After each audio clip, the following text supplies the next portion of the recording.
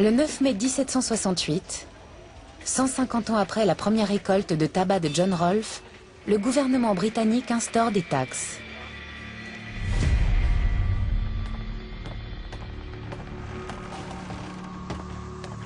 Un agent britannique des douanes s'attaque par surprise à un bateau appartenant à John Hancock, un des hommes les plus riches de Boston.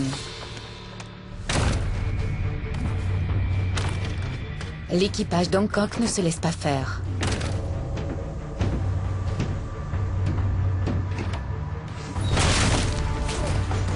Sur le navire, ils transportent 100 tonneaux de vin importé dont ils ne veulent pas payer les droits de douane. Hancock affiche sa résistance, refusant de payer les taxes imposées par un roi qui se trouve à plus de 5000 km. Mais aux yeux des fonctionnaires britanniques, il n'est qu'un vulgaire contrebandier. Ils saisissent le bateau, déclenchant une émeute dans tout Boston. Le roi répond en envoyant 4000 soldats, les tuniques rouges. Le 5 mars 1770, après 3 jours de troubles, une foule en colère marche dans les rues. Une centaine d'hommes qui reprochent aux Britanniques de leur avoir fait perdre leur travail se rassemblent sur King Street. Reculez!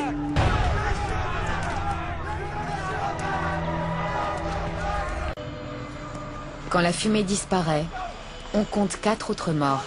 N'avancez pas! Les radicaux de Boston s'emparent de cet événement. L'orfèvre et graveur Paul Revere fait très vite de ce bain de sang un instrument de propagande anti-britannique.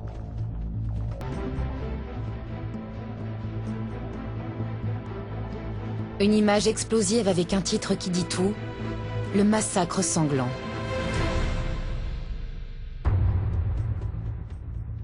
Il y a cette mauvaise plaisanterie qui dit « Donnez-moi n'importe quelle image et je vous écris la guerre qui va avec ».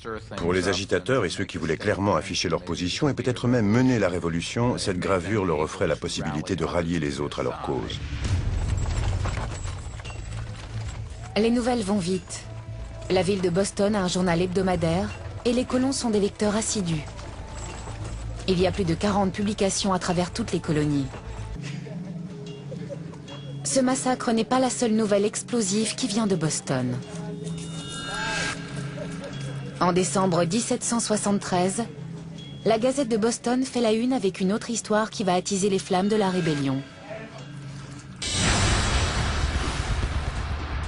La Grande-Bretagne a abrogé toutes les taxes, sauf une, celle sur le thé.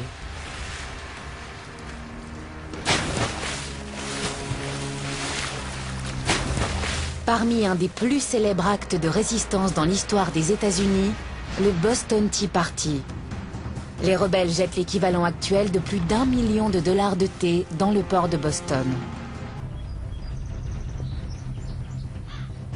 Ce ne sont pas seulement les taxes qui alimentent le mécontentement contre les lois britanniques. Les colons avancent vers l'ouest et beaucoup ont les yeux rivés vers de nouvelles terres, au-delà des montagnes des Appalaches. Mais les Britanniques ont interdit toute nouvelle expansion à l'ouest, au-delà d'une frontière appelée la Proclamation royale. C'est la ligne de partage entre l'empire colonial britannique et le territoire des Amérindiens.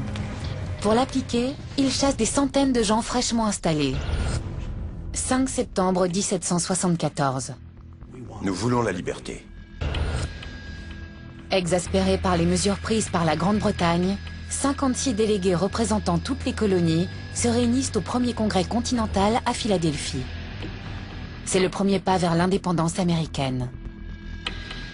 Parmi eux se trouvent les radicaux John Adams, Patrick Henry et un gentleman propriétaire foncier de Virginie du nom de George Washington.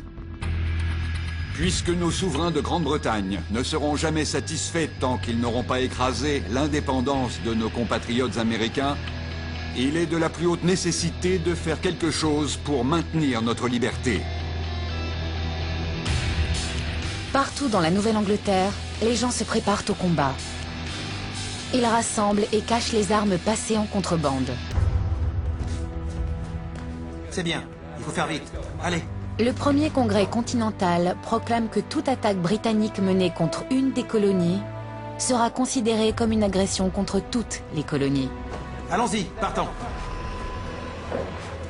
Ce qui émerge à Philadelphie est le principe de solidarité. Les distinctions entre les habitants de Virginie, de Pennsylvanie, de la Nouvelle-Angleterre et de New York sont supprimées. Je ne suis plus un habitant de Virginie. Je suis un Américain. L'avenir des 13 colonies est en jeu. Dans toutes les colonies, chaque ville a sa propre milice. Mais en 1775, les colons se préparent à combattre l'armée britannique. C'est mieux qu'hier. À minuit, le 19 avril 1775, 900 soldats britanniques quittent leur caserne de Boston. Destination, Lexington et Concord, situés 30 km plus loin. Leurs ordres, arrêter les chefs des rebelles et saisir leurs armes. Avant 5 heures du matin, 60 miliciens commandés par le fermier John Parker s'apprêtent à affronter des centaines de tuniques rouges, bien armés et très expérimentés.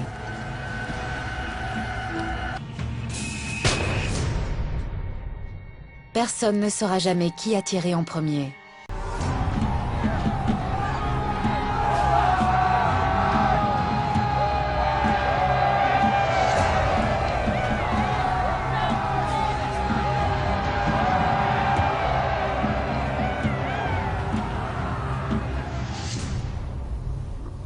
Dans les minutes qui ont suivi les premiers coups de feu, 8 rebelles ont été tués et 10 blessés. La révolution américaine a commencé. La milice se rassemble juste à l'extérieur de la ville de Concorde. En fin de matinée, plus d'1 millier d'hommes sont arrivés des villages alentours. Les morts tombés à Lexington unissent ces hommes contre la domination britannique.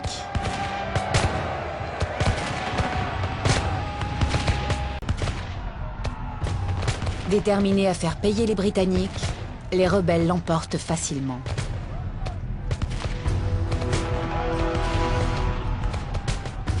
Ils n'ont de cesse de poursuivre et de tirer sur les tuniques rouges. Un tiers des soldats est tué ou blessé. Le 2 juillet, les rebelles réunissent une cellule de crise à Philadelphie. 50 délégués, représentant les 13 colonies, tiennent une session extraordinaire au sein de leur récent congrès continental. Parmi eux, il y a les radicaux Benjamin Franklin, Thomas Jefferson et John Adams. Ils débattent d'un sujet considéré comme de la haute trahison et passible de mort, l'indépendance totale vis-à-vis de la Grande-Bretagne. Le 4 juillet 1776, les délégués ratifient un document qui va changer la face du monde. La déclaration d'indépendance des États-Unis d'Amérique. Nous tenons pour évidentes pour elles-mêmes les vérités suivantes. Tous les hommes sont créés égaux. Ils sont doués par le Créateur de certains droits inaliénables. Parmi ces droits se trouve la vie, la liberté et la recherche du bonheur.